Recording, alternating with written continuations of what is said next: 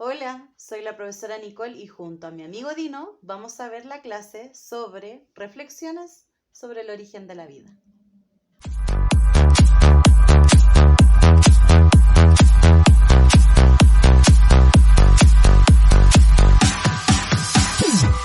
Antes de comenzar, hay que recordar que la unidad 1 se llama Analizando el estado actual de la biodiversidad.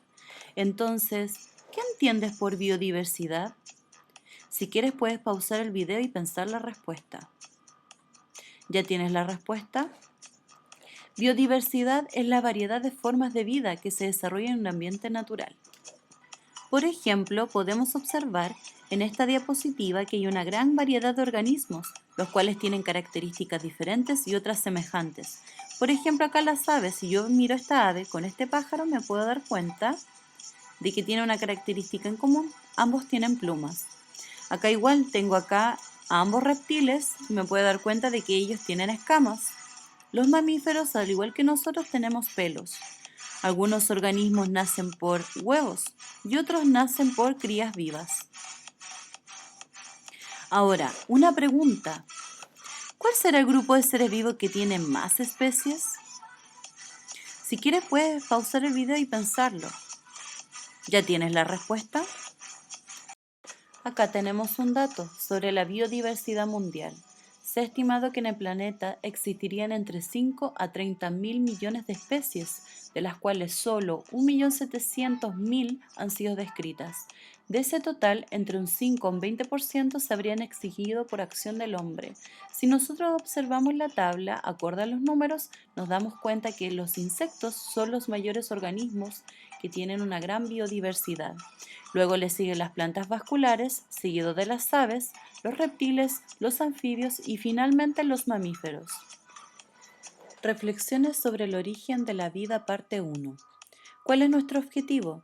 Es reflexionar sobre las evidencias que sustentan las principales hipótesis que intentan explicar el origen de la vida, sus alcances y sus límites de validez.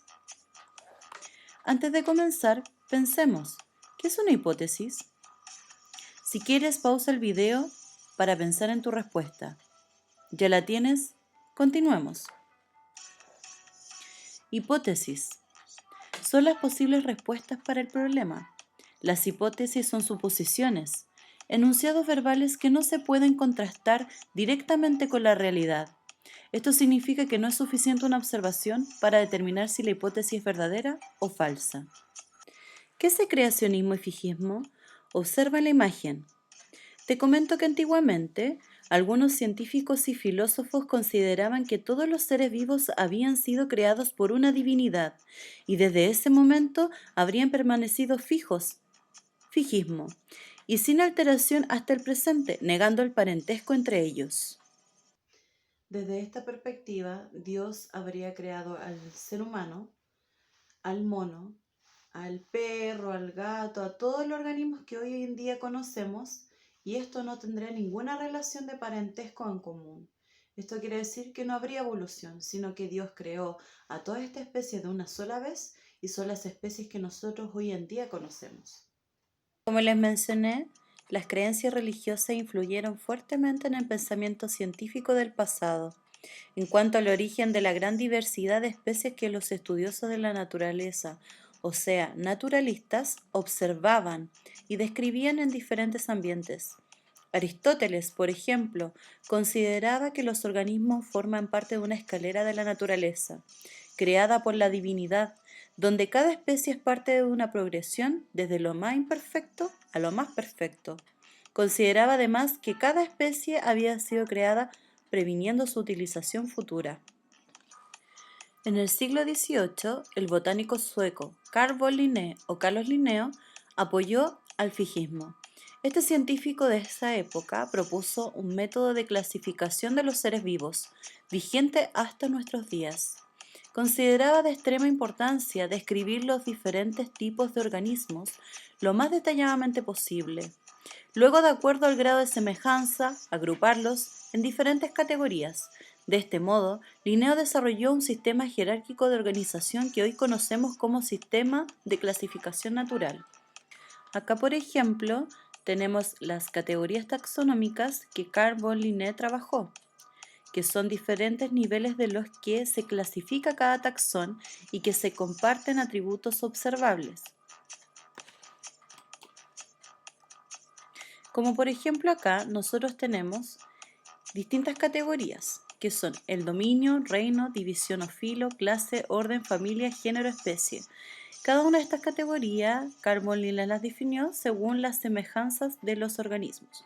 Por ejemplo, nosotros somos Homo sapiens sapiens, y si nosotros nos vamos al reino, por ejemplo, somos de reino animal, porque somos organismos capaces de movernos por sí mismos. Somos de la división o filo, cordados. Somos de la clase mamíferos, orden de los primates, familia de los homínidos, género del Homo y especie Homo sapiens sapiens. Te recomiendo pausar el video para que tú puedas analizarlo.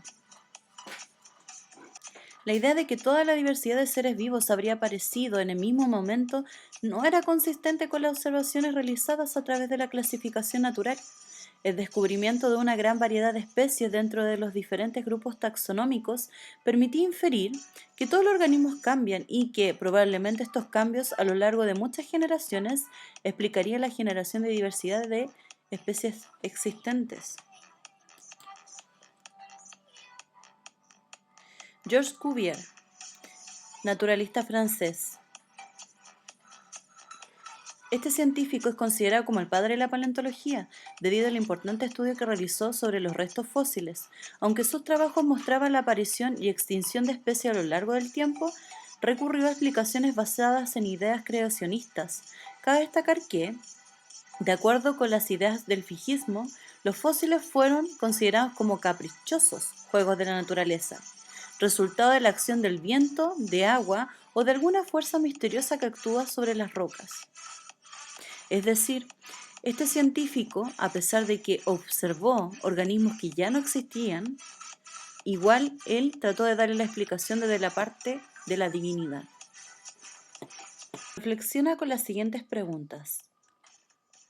Las líneas de pensamiento que históricamente han intentado explicar el origen de los seres vivos pueden distinguirse entre aquellas que tienen una base científica y aquellas que no la tienen. En estas últimas se encuentran las ideas de índole teológica que, en culturas occidentales, asignaron a Dios a la creación directa de la vida, junto con toda la diversidad de organismos existentes. Esta corriente denominada creacionismo se sostuvo principalmente hasta fines del siglo XIX. Con respecto al texto anterior, si hubieses existido en esa época, ¿tú habrías sido creacionista? ¿Por qué? Pausa el video para que pienses en tu respuesta.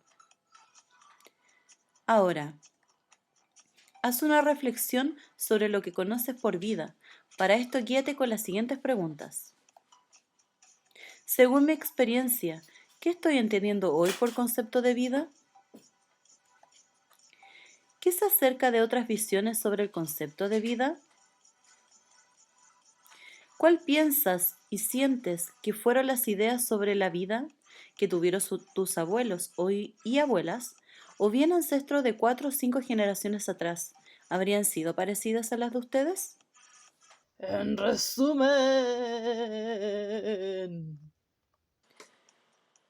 resumen, sobre creacionismo y fijismo. Las especies no cambian a lo largo del tiempo.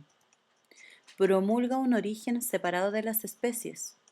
Quiere decir que el humano fue creado separado de los monos y no tenemos relación entre nosotros. Se basa en creencias religiosas. Los registros fósiles indican que la Tierra es más antigua de lo que dice la Biblia. No es científico, se basa en la fe, no en pruebas científicas. Diferentes científicos apoyaron a esta teoría, pero sus estudios dicen lo contrario. Y con respecto a la vida,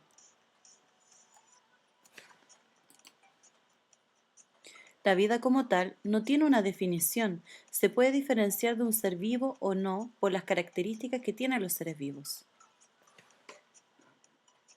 Dino, ¿te gustó mi clase? Sí, me encantó. Gracias. Cualquier cosa, chiquillos, me escriben al WhatsApp o al mail que aparece en las guías. Nos vemos en otra oportunidad. Chao, chao.